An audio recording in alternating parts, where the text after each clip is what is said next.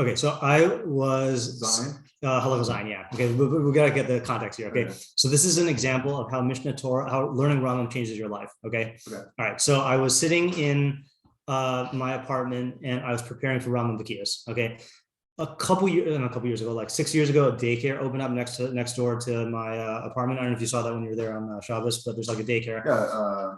Rashis Chachma, yeah, it's a great name, yeah. I commented it the very first time. Oh yeah, I think that's right. So real Rishi. So during my lunch, then the kids are like playing outside. Okay, so today was the first day because it was so nice. I opened my kitchen window, which is facing their apartment, and so I was sitting there like preparing ramen, and it is incredibly noisy because all of the kids are in the backyard and it's echoing into my apartment through the window, and there's just kid noises is not like gonna be that bad. There's a kid doing like a siren noise again and again and again at the top of his lungs, So I'm sitting here like trying to concentrate on like Rambam, and like there's this kid with a siren noise, So then what happened, and I don't know if this is because I was preparing Rambam for this, or if this would have happened anyway. I associated to a halacha we learned earlier in the year. Okay, so this is so chapter 2 in Hilchos Talmud Torah is all about tinoko shabes rabban, which is like elementary school. Okay, and he talks about the the schools and stuff, and then he said, "Oops, sorry, I want to share the whole screen." So then he says, Halacha zayin, echad mibnei mabui. So let's say you have a like a courtyard with different apartments. Okay, shebikesh lehe'asos melamed, and one of the guys says, "I want to become a teacher." Okay, afilu echad mibnei hachatzer, even someone in the actual like proximate courtyard, ein yicholim shchenav lemachos biado. His neighbors cannot protest against him. Okay, all right. So I'll read the halacha and I'll explain. Let's say you're sitting there in your house, and this guy comes along and opens up a elementary school next door. Okay, so that other kids will come to him. Okay, or that kids will, I guess you'll get the overflow from another school. You cannot object to them. Okay. Shenemar, as it says, Hashem chafetz l'man tziko yagdil Torah v'yadir. God wants to make Israel righteous and to make his Torah great and glorious. Okay. So why would you object to there being a elementary school next to you? Yeah. Competition. Okay, so he does talk about the competition thing, but let's say you're not a teacher. So then.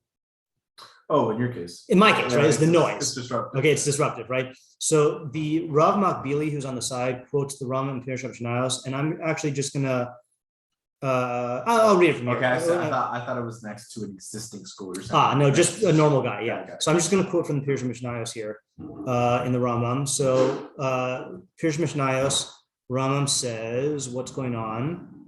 So he says v'chin and so the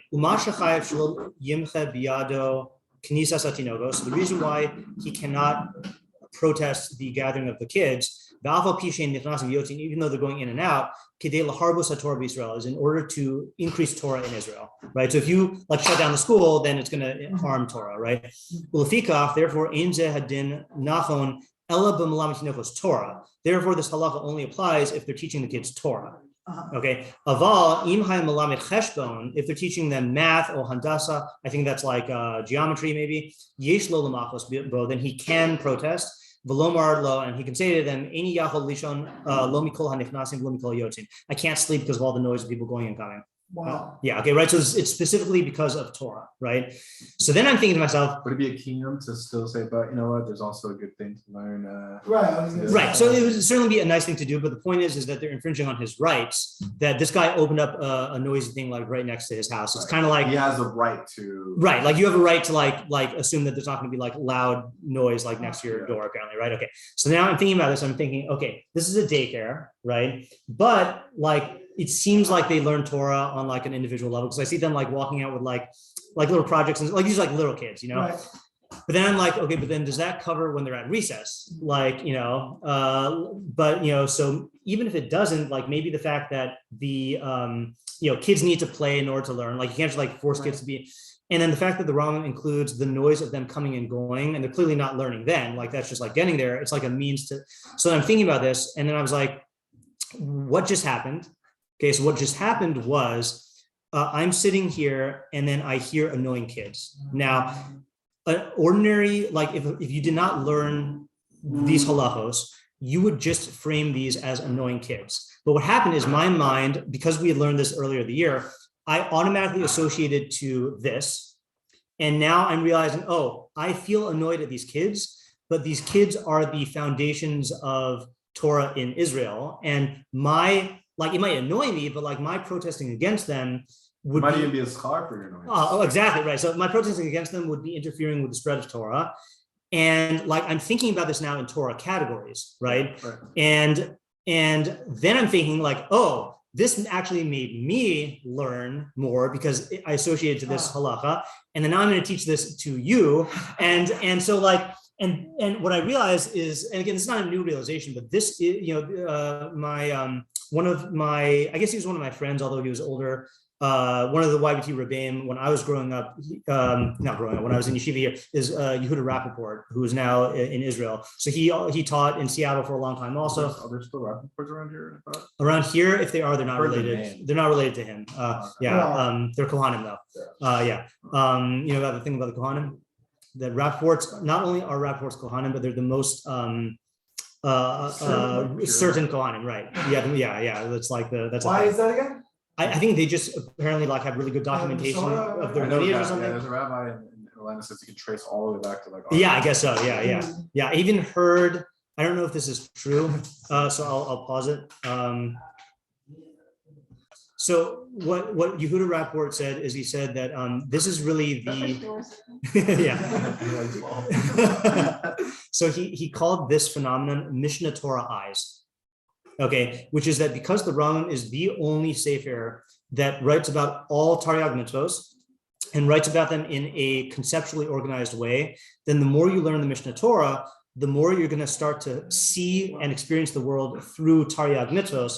And not just halacha, but like you associate also to the philosophy, you associate to your own perfection, and every single thing that happens becomes like a stimulus for being further engaged in Torah. Now, what happened was when I typed this out, posted on Facebook, left my apartment to walk here. I walked by at the end of the block, there was a dead bird, okay, on the ground. And I said, oh, that reminds me of the Calvin and Hobbes cartoon. Okay, so there's a Calvin and Hobbes cartoon where like Calvin is walking along and he sees like a dead bird and like he starts talking to Hobbes about mortality. And then I had this like laugh out loud type moment where it's very, very funny that because I knew these Rambams, I associated to Torah and Chachma and stuff like that, and not that there's no Chachma and Calvin and Hobbes, but I saw this dead bird.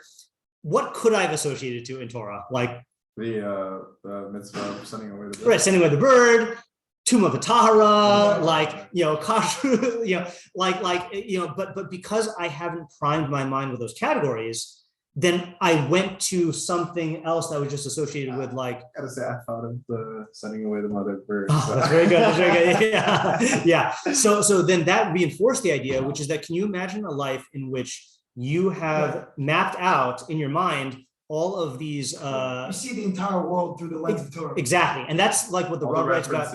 All the references, and that's what the Rab writes about in Halachic Man. That's how Halachic Man sees the world. It's like he sees water, and he doesn't just like in a river. He's not thinking just water. He's thinking about mikvaos, and he's thinking about like para aduma, and he's thinking exactly. Mine is even it's like called Torah. No? Yeah, right. So it's an analogy, right. Yeah. So it's the and this reminds me of the. I think I said this at the Q&A with the panel that we had. Yeah. That I quoted my non-Jewish friend who was a Ben Noach, who learned with me, but he was not Jewish, and it was during and he basically said like with Jews, it's like you're walking around in a museum where every object in the world is an exhibit of Chachma. Because that's how halacha is designed. Like there's like there's like layers and layers and layers of like halacha and categories on everything. The whole world speaks of Hashem's glory. Exactly. Yeah. That is a great interpretation of that, right? Is an kavod el Torah. That's So that was just an interesting experience, and that's really what we're trying to do here. And again, you cannot get this from any other sefer other than the Mishneh Torah, right? And the only reason why is because the other Sfarim, no other sefer is complete about all of Taryag, and no other sefer is organized conceptually based on Torah categories. They're just organized based on practical order or like their own like incoherent order, you know? So like you might, if you're, if you know Shas, you'll be able to do this, but most of us will never learn Shas. And even if we did it, we couldn't organize it. So the Rambam gives you the entire order on his own. Yeah. 2 questions. Yeah. On Mishneh Torah, would it be a bad idea, or it would be a good use, a method to like, as far as like working on vocabulary and to might as well learn halacha to like, use it as, all right, I'm just gonna start from Aleph and just get a dictionary and just go along. Exactly. Definitely. Maybe not like begin, go into yeah. But at least even to learn it's it, like definitely a good thing to do.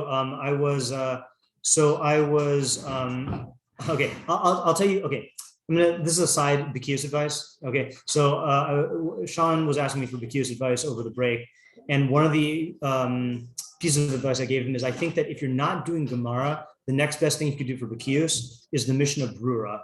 And the reason why is the Mishneh Torah's Hebrew is as clear as the Rambam's, but the Mishneh Torah also uses Aramaic Gemara phrases. So you'll get both, but it's like easier to read. So the Rambam's Hebrew is very clear. Okay. Doesn't usually happen this time.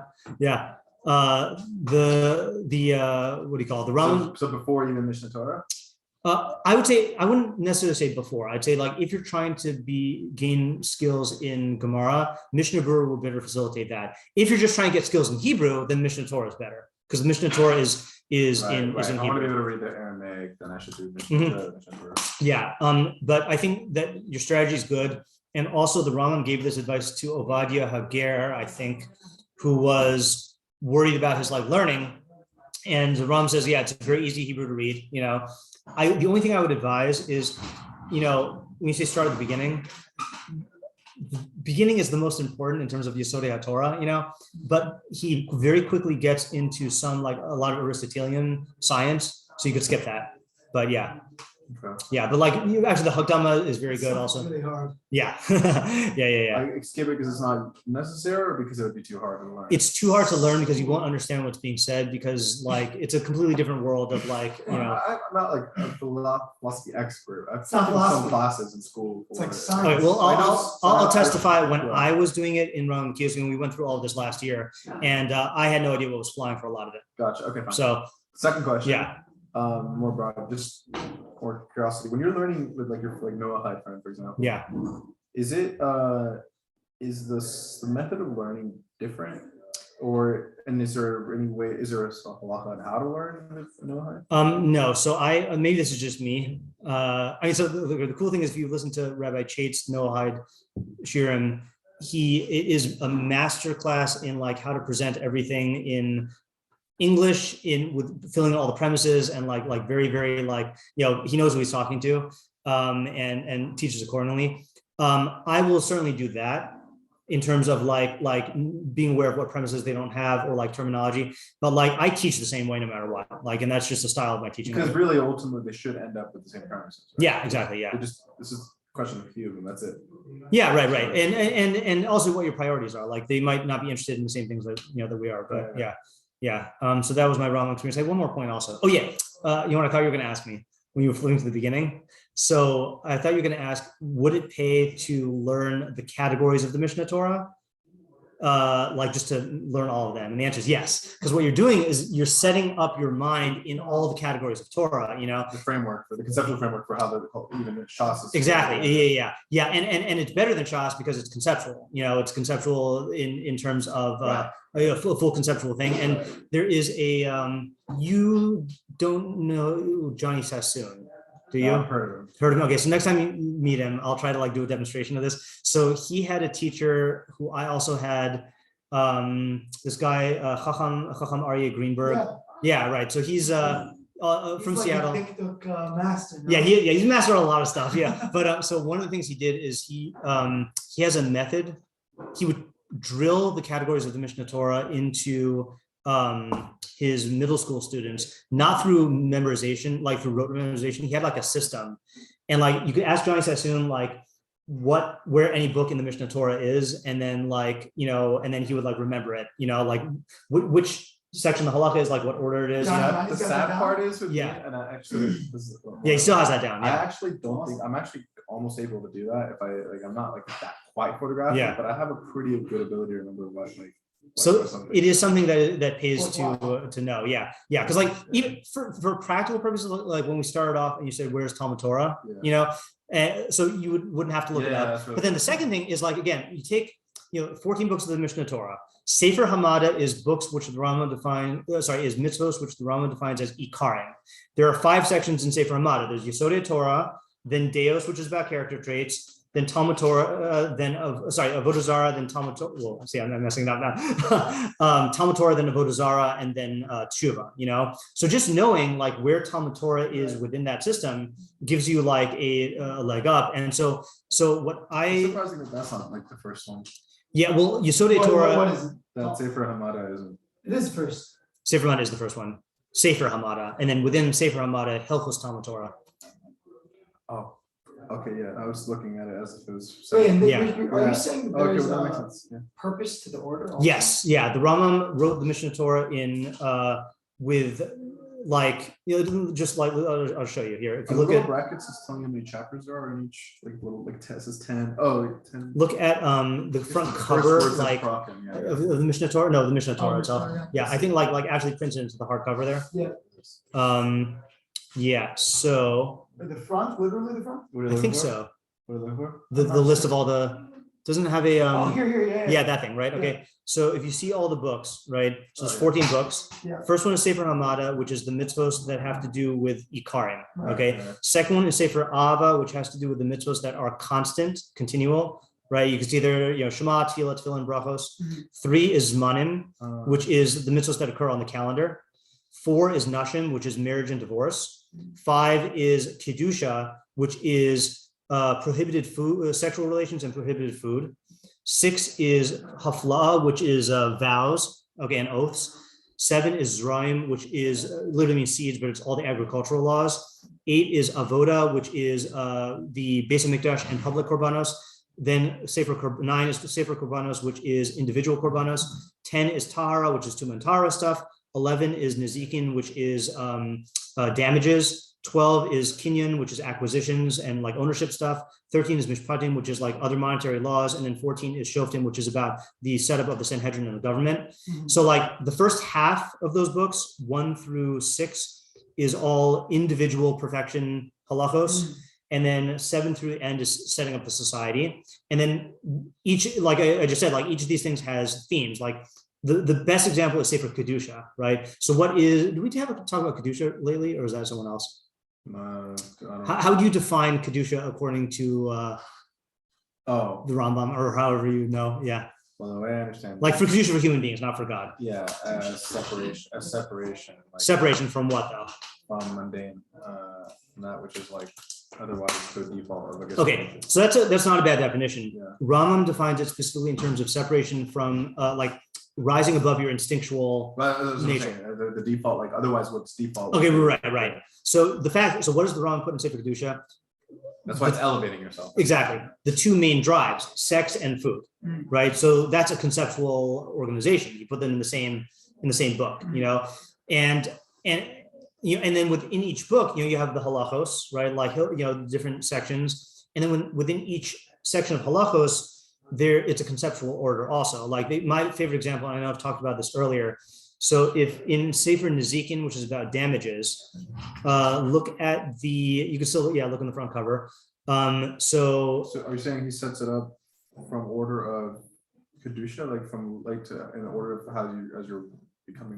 so it's different for each book, but this starts off with the whole. So this one will be easier one to look at. So look in Nizqin, right? So here's the sections. Oh, I see. You're talking within one chapter. Within I was one- talking about the whole framework of from starting off with Zipper. Sefer- Well, not Hamada, because that's the overall encompassing thing. Well, that's also in order. Okay. Okay, let me back up 1 second. So Sefer Hamada is the foundations, and by Right. definition, they're coming first, right? Right. Deos is second, and the reason why Deos is second, Deos is character traits. So why wouldn't Talmud Torah be first? Or no, you were saying why shouldn't Sefer No, Hamada? I know it is first what I thought. Okay, right. So what would be the order? So you would usually think Talmud Torah is like the main thing, like learning, right? So why doesn't Talmud Torah come directly after Yesodei HaTorah? Why you have Hilchos Deos in between, laws of character traits? Because probably your Talmud Torah would be deficient. Exactly, right. So your Talmud Torah, you cannot be involved in learning unless you have a certain amount of perfection of character traits. And in fact, the halakha we read in the Rambam earlier, I think you were here when we did this. The Rambam says they used to not let people into the base midrash unless they passed certain like standards of like character traits. Oh, wow. Yeah. It's just interesting because like the idea of lo lishma ba lishma Yeah. would imply that you don't need to have your character traits necessarily. Okay. So that's a good question. So I think the answer to that is that so I'll do you one better. Okay. So there is a Gemara that says anyone who learns lo lishma, it would be better if there's two versions of it. It'd be better if he were never created.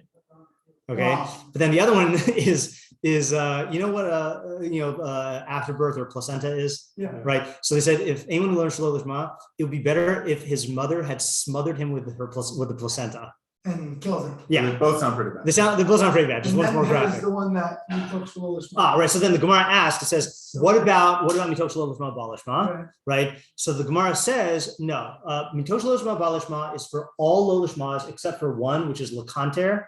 Lekanter is when you learn shelo lishma in order to disprove people. Yeah, just to argue, right?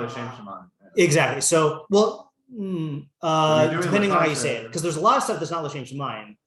Well, I'm saying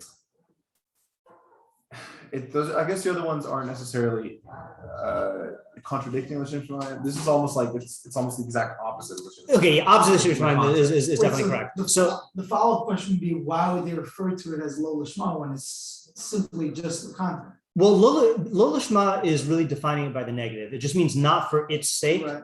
So, and when you're learning to break people down, you're doing it not for the sake of learning, right? Your own glorification, basically. Right. See, I want to stress this though. If you learn in order to have people admire you, or to be called rabbi, or for the cover, that's also shelo lishma, but that's not lekanter. Right. Lekanter is davka when you're doing it to like destroy people, or when you don't admit to the truth. So the question, so that's how the Gemara resolves the contradiction. It says all the good statements about lo lishma is for all other lishmas, and then the one that you should be killed with placenta, or better if you weren't born, that's lekanter. Okay. So then my question is, okay, but do we say mitoch shelo lishma ba lishma for the lekanter guy? Right. Well, it would seem no. So the it seems no, based on the partial version of the statement that we always quote. We just quote mitoch shelo lishma ba lishma, right? But what Chazal say, le'olam ya'asok adam b'torah u'b'mitzvos afilu shelo lishma shemitoch shelo lishma ba lishma, which means a person should always learn Torah, even shelo lishma, because mitoch shelo lishma ba lishma. So what I wanted to say is like this: is all lo lishmas get you to lishma. However, we don't encourage lekanter, but we do encourage all the other ones, And the proof of this, let me pause this. The reason why I think this is, I think it's just part of the way the human intellect is designed, that the more you learn, then the more your intellect comes online, and then you start seeking stuff for its own sake, So I think it's just a thing. Even a person who's doing lekanter will end up getting to lishma as much as the other guy. It's just he's going to destroy a lot of people and Torah along the way, So that's why. Is it worth it at that point though? So that's the thing. Is like this. It's like Menashe, he's a straight king. He was a straight up Russian. He was still able to do the shiur. It's kind of a similar question. It's like that's a more extreme level, right? So that he was allowed to make teshuva. So there's some sort of okay, I'm still. Well, whether you can do tshuva does not necessarily mean that it's worth it, because you could do tshuva for anything. But that doesn't mean that what you did was worth it. Well, I guess I'm thinking in the sense of philosophically, when you reach a point where I don't know, how we say that part of the punishment for Paro was that he basically wasn't able to do tshuva, he was basically a dead man walking, So it's almost okay, there's no longer any way that it's worth it on your personal level. Because you're asking, is it worth it basically for that person? Not literally worth it, but I'm saying, does it add up? Right. For all the Torah that he's ruining, just to have him get the lishma at the end of the day. Right. It's So here's the thing for him. So there's two questions. One is, for him, is it worth it? Right. That would seem so. So you could argue that it would seem so. Right. You could also argue no, because here's the thing. Like, let's imagine he actually gets to Lishma, right? And then he looks back and realizes, and at this point now he values Torah, and he realizes all of the Torah that he destroyed or ruined, or the reputation of Torah. Like, it's like, when it's like certain people are striving to get to a goal, and then when they get to the goal, they realize that they've ruined. Oh, here, perfect example, Will Smith, right? With the whole Chris Rock thing, Yeah. right? So he in many reasons why what he did was a mistake. Perfect. Yeah, but from the most selfish perspective is he ruined the glory that he should have gotten.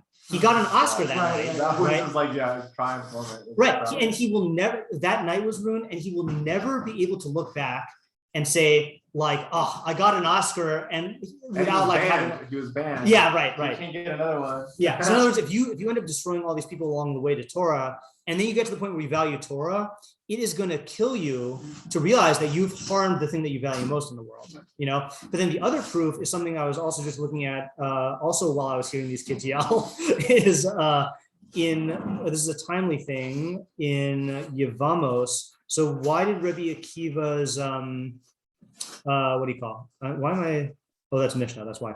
What's the reason given for why Rabbi Akiva's students died? Because they also were in the concert with each other. So it's very close. They didn't respect each other. Yeah, they didn't respect each other, right? So let me just show you inside in case you haven't seen inside yet. I guess I kind of sucked. Yeah, I mean, there's two versions. One is in the Gemara, which says that we'll read the Gemara in a second. No point in me quoting something bad verbatim if I could get it real verbatim. 62b in Yevmot. It says.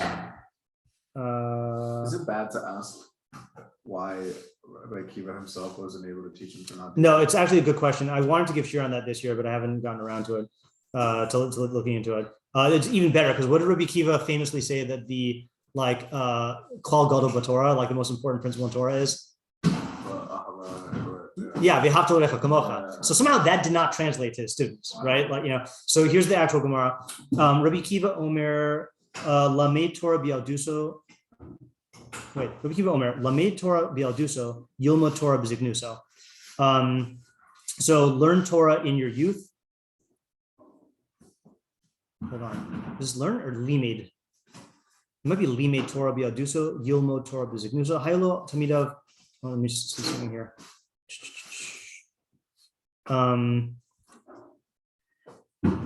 Yilame Torah b'ziknuso. No. All right, I'm going to cheat. That's how I read it the first time. If one studied Torah in his youth, he should study more in his old age. Okay. This is actually not even the part that I wanted. Hayulo tamida bi'alduso, yilo tamida b'ziknuso. So if you have tamidim in your youth, you should have tamidim in your old age. Nemar, as it says, Boker zara zar'echa, in the morning, plant your seeds, and then in the evening, don't let your hand be idle. Now here's the story. Amru, they said, Shnei Masar Elef Zugim Tamidim Hayulo Rabbi Akiva. So Rabbi Akiva had 12,000 pairs of tamidim. Okay, mi gabas ad antripas. I think I have a map of this somewhere. No, I don't. All right. Or if I do. So basically like all over like the center of Israel. If you imagine the state of Israel like wearing a belt, like the whole middle portion.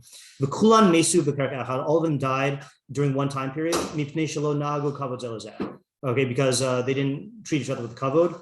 V'haya olam shamim, and then the world was desolate, meaning of Torah. Like there was almost all the Talmid Chachamim died. Ad sheba Rabbi Akiva ito rabos of Shebedaram. Then Rabbi Akiva went south. V'shana'a, that was the same word that we saw from before, and he taught it to them. Rabbi Akiva, Rabbi Yehuda, Rabbi Yosef, Rabbi Shimon, Rabbi Elazar ben Shemua. So those five Talmidim, and then there's another version that says there were seven. And they reestablished Torah. So you see from here, this was a midos issue, right? That they didn't have covered with each other, and God killed all of them, right? And endangered Torah essentially, right? Like the Torah was in danger of being lost. So in terms of the question of is it worth it?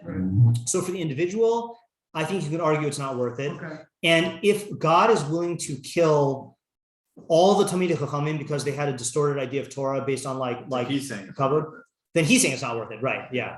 So that's my theory as to why Hilchos Deos is It's not before. even a salvageable. It's like getting rid of all the bad apples, and there's not Exactly, But yeah. he also wouldn't have destroyed all that Torah if it were that there wouldn't have been any more Torah in the world. Correct. Yeah. Bad Torah is better than no Torah, but if there is an option at all of like salvaging Torah, and apparently what was needed, I mean, I don't know if it was a lack in Rabbi Akiva at that point, like it had gotten to the point of no return, but I guess you needed a culture reset, like the entire, like you can't just like get those Talmid Chachamim to start doing tshuva. Apparently, like it needed to be like a mass extermination. You on know? that story, so you end up with now five new Talmidim. Yeah. Plus Rabbi Akiva, and then what about all the other sages? Weren't there still other sages like the New Torah? No. He was the last living. I mean, in Israel at least. I don't know if there were any outside of Israel. Maybe. Wait, maybe what there were. time period is this? Rabbi Akiva was in. Right before the second destruction. Yeah, right before the second base Mikdash was destroyed. Yeah, so there were theoretically people in Gullus, but I don't know. So in Israel, there's potentially only 6 people who knew Torah. I mean, look, I don't know, like you know, when it says these were Talmidim of Rabbi Akiva, I'm assuming they were the top Talmidim, you know, and it says he had to go south in order to get more Talmidim. So I'm assuming all of the top Talmidim were killed, you know, in one time period. So like, basically, so probably those who were capable of transferring it, whatever, Yeah. saw it down. Maybe there was other people. yeah, maybe you got like a 5-year-old here and a 10-year-old there, but you can't like, you know, reestablish the Torah based. Probably even higher. I'm probably like saying like maybe the Rebbeim here would be the 5, and everyone else that's learning under them would not even be included. Maybe, yeah, right. Yeah, it could be. Yeah. But it's a valid question about like what went wrong, you know, like why didn't Rabbi Akiva why couldn't he what do you call it, like get the right message to them in terms of their, you know, their character, or why did he even teach them if he saw that their character was like this? Another interesting question. Yeah. I think it's like if he couldn't even get it right the first time, it's like how much harder is it going to be for these new 5 to be able to Well, here's the thing. Maybe because of the experience. Well, one difference is that, you know, this has been my personal theory. I haven't seen any proofs of this, but like I saw the Rav. No, I didn't see him. I saw the Rav said that he you know, the Rav's goal was to produce as many capable Orthodox Jewish rabbis in America as possible, because Orthodoxy was in danger when the Rav took over. People were not ordaining rabbis. And so he taught and equipped these things, but I saw a statement of his where he regretted not being able to develop as close of a relationship with the students as he could have.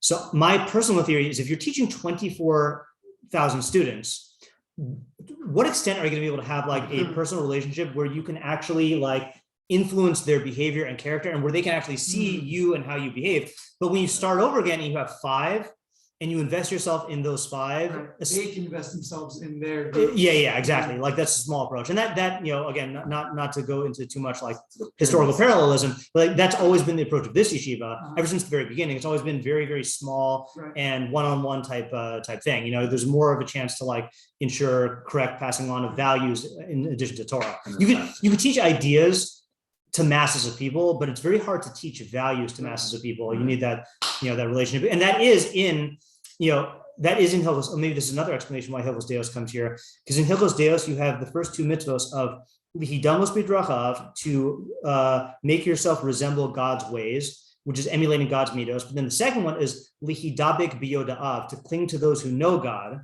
And the Rambam defines that here in Deos 6:1. Derech b'yaso sha'adam is the way of a person's nature, like people by nature, lios nimshach b'deosav uv'ma'asav achareya v'chaverav. A person by nature is drawn after the character traits and behavior of his friends and associates.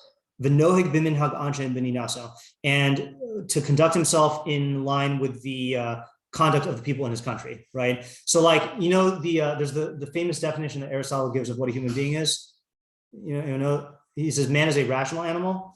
But then there's another definition: man is a social animal. You know, and social animal means everyone is influenced by their. Isn't different in that sets us make differently than humans, or that we're also social animals like other animals. Different than other animals in the sense that we learn behavior from other people, and we're influenced to become different characters based on who we associate with. You know, So then the Rambam says, so he's saying that that's just a fact about human nature. Then he says, Lefikach, Adam hischaber letzadikim v'leishiv etel hachachamim tamid. Therefore, a person needs to befriend tzadikim and to sit near chachamim constantly, kadei sheyilvim ma'asem, so that he can learn from their actions. V'yisrachik min harashayim halochem b'choshech, and he needs to distance himself from the wicked who walk in darkness, kadei shelo yilvim ma'asem, so that he does not learn from their actions. And then he quotes Mishlei. One who walks with the wise will become wise. And this is a pun. One who walks with fools, yeroa means will become bad, but it also means he'll become broken. Like you'll get broken if you hang out with fools. This is Mishlei fools, not like intellectual fools. That you'll make bad decisions and then suffer whatever the consequences are that they are, even if you yourself are not a fool. Same thing with the chacham. Even if you're not a chacham and you hang around chachamim, it rubs off on you, and you start to think like the way that chachamim think, etc. And so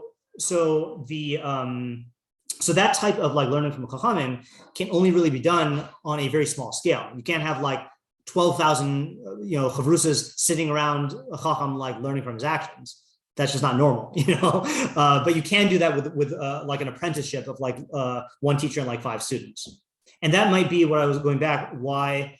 It's interesting then that you have Sefer Hamada. So Yisodei Torah is first, then Deos is character traits. You need Deos character traits as a foundation for learning Talmud Torah. And then Avodah Zarah is interesting that Avodah Zarah comes fourth in the book, because you would think that that'd be right after the Yisodei Torah, because it's the opposite of the, there's knowing that God exists, and then there's rejecting Avodah Zarah, But so I don't know why Avodah Zarah is fourth. We haven't gotten there in Rambam Bekius yet. And then Tshuva at the end. Yeah. So each of these sections are in order as well. The sections are okay. Yeah, but then in order of, I guess, obviously from premises first, and then the details of how to go from. It's almost like the Maslow's hierarchy of needs, but it's almost the hierarchy of kedusha. So exactly. Yeah. Now the way that he orders them is going to be different, and this is what I was going to give the example from in Sefer Nizqin. So if you look at Sefer Nizqin again. So there's 5 sections, okay? Nizke mamon, which is if your property does damage, your ox gore someone else's ox. Then Geneva, which is, you know what the difference between Geneva and Gazela is? I know it's a classic thing that people learn. I know it's easy to forget unless it's really new. So Geneva is theft and Gazela is robbery. Theft meaning you steal it without the owner's knowledge. And Gazela is when you hold up the guy with the gun and say, give me all your money. Okay. So Gazela va'aveda. Okay. Why the Rambam puts lost objects in there is a good question. Okay. Then chovu mazik, which is wounding and damaging. And then rotseach, murder. So what's the order of those 5? What's the sense of the order there? Ooh, what do you think about this? Yeah. Say one more time. Yeah. So Nizki Mammon is property damage. Geneva is stealing something without the owner's knowledge. Right. Gazela is robbing them. Chovel umazik is wounding them, and then Rotzeach is murder. Yeah. So it seems it's getting more severe. It's getting more severe, exactly. Right. So it's order of severity, right? And it's also getting more close to the person, to you yourself. Yes, you mean meaning more if I murder someone as opposed to if my ox. Well, my property is not me. Yeah. And so that's further removed. Right. Obviously, it's going to end up being also more damaging as well. Yeah. But it seems it's kind of like how in his perfections, he talks about how knowledge is not really yours. It's the first one, and then ethical ones. It's knowledge is the one that is yours. Right. Possessions are not yours. Body's not. No, but he says that the ideas that lead to the knowledge of God are the riches, or of a king. Those ideas, they're still it's almost like the din is still in the mum, and that's really what's perfect. It's not until you get to the attributes, into the 3 attributes, that's when you've actually reached Okay, fine, right. But the perfection, just make sure the perfection, right? The perfection of knowledge is the highest perfection. Perfection of possessions is the lowest. Right. You made it sound like knowledge is the lowest in the way you said it. It's a type. I guess it's a type of knowledge because they're all knowledge. Every one of the 4 are knowledge. I'm talking. There's the the 4. If this is a Rabbi Zimmer Svara, I'm not familiar with Svara, but what the Rambam actually says is that he calls them perfections, right? So perfection of ownership, perfection of body, perfection of character, and then perfection of knowledge. Right. Yeah. Okay. Yeah. I guess I think the perfection of knowledge that you're calling, I'm calling it the perfection of the attributes of tzedakah, chesed, or mishpat. Those are the ones that were the four. It's possible we're talking about two different things. Maybe. You might be talking about it as four different definitions of chachma. Oh, possible, yeah. I'll look at it later. Yeah. But Right. I guess my point was that he was going from things of order of the least yours to the least you to the Yeah. most you. Yeah, I hear that. Yeah, right. And again, so this is why, like, I'd say that it would pay to internalize the structure of the Mishneh Torah, Right. because it's this conceptual order that then wherever you look, you're going to see where this fits into Torah, and it's going to constantly be reinforcing itself.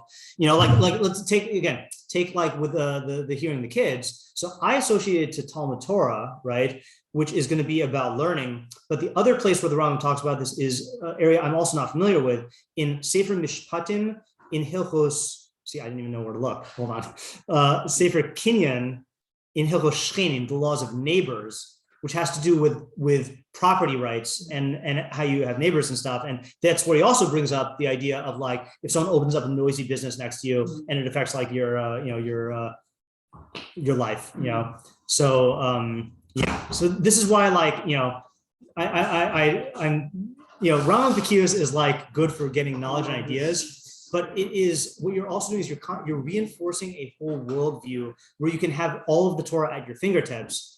And like it just constantly like reinforces itself, Yeah. Cool, Yeah.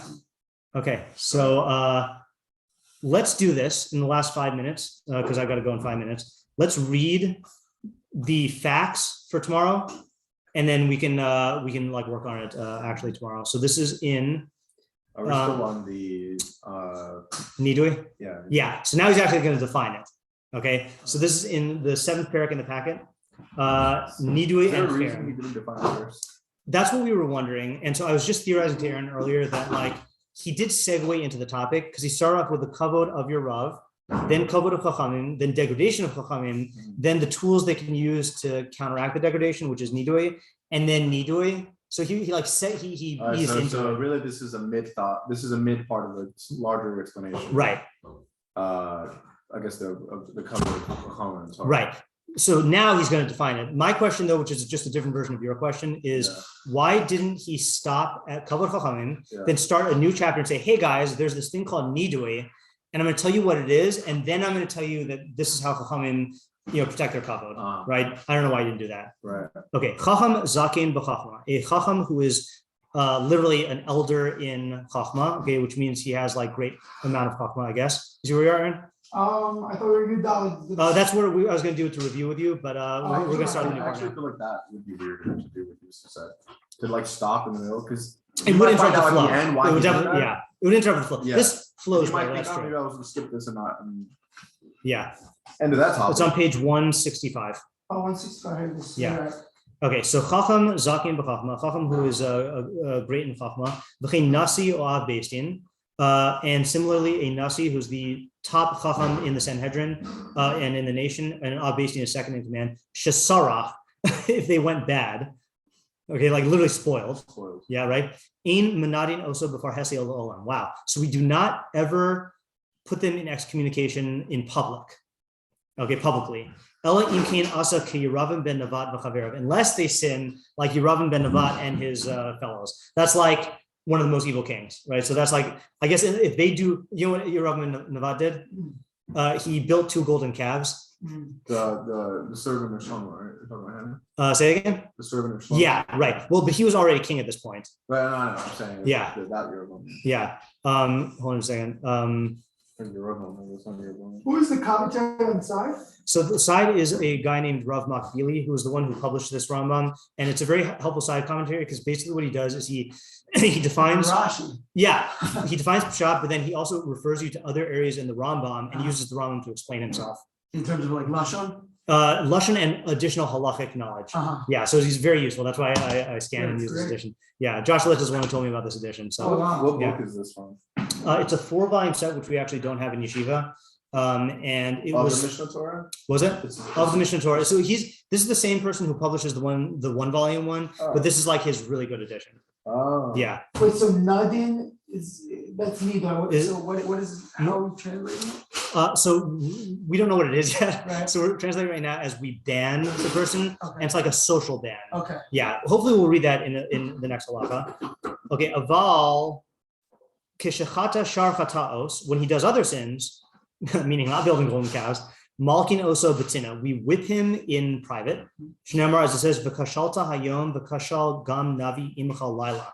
You stumbled today, and he also stumbled. A navi also stumbled with you at night. Don't know what that means. We'll have to look that one up tomorrow. Okay. I just want to read the facts today. We'll go into it tomorrow. Even though he stumbled, we cover him at night. And we say, I don't know, hikaved here means to be honored and return to your house, or to be heavy. Okay. All right. So here's, we're not going to get to it. Or let's just do 2 more paragraphs. Okay. And we'll stop for today. Any Talmid Chachamim who is liable in nidui. It's also for the Beis to jump and to ban him quickly. They should flee from this, and try to get out of it. Find some alternative punishment. Yeah. See, here's what I'm thinking about. Also, just going back to the whole Mishneh Torah thing. The other thing is like this: we don't really do these halachos nowadays, right? Just practically speaking, right? But you still see the Torah's philosophy on contemporary things. For example, this shows how the Torah would think about certain aspects of cancel culture nowadays, right? Like the rush to do it now. Yeah, rushing to do it, or let's say making a big deal about humiliating someone who's in a public position. Now, I'm not saying that Will Smith equals the Nasi of the Sanhedrin, but if someone who's a prominent Talmud Chacham does something that's wrong, the attitude now is like a witch hunt attitude where we got to expose the guy and and maybe there's a place for that if people are in danger or whatever. But we see from this that you do care about the kavod, but there is a line where you do publicly ban him. These have nuances, and I'm not saying you could directly apply these things to modern cases, but you could learn to think about it in a Torah way. Yeah, we're very trigger happy, right? Okay, the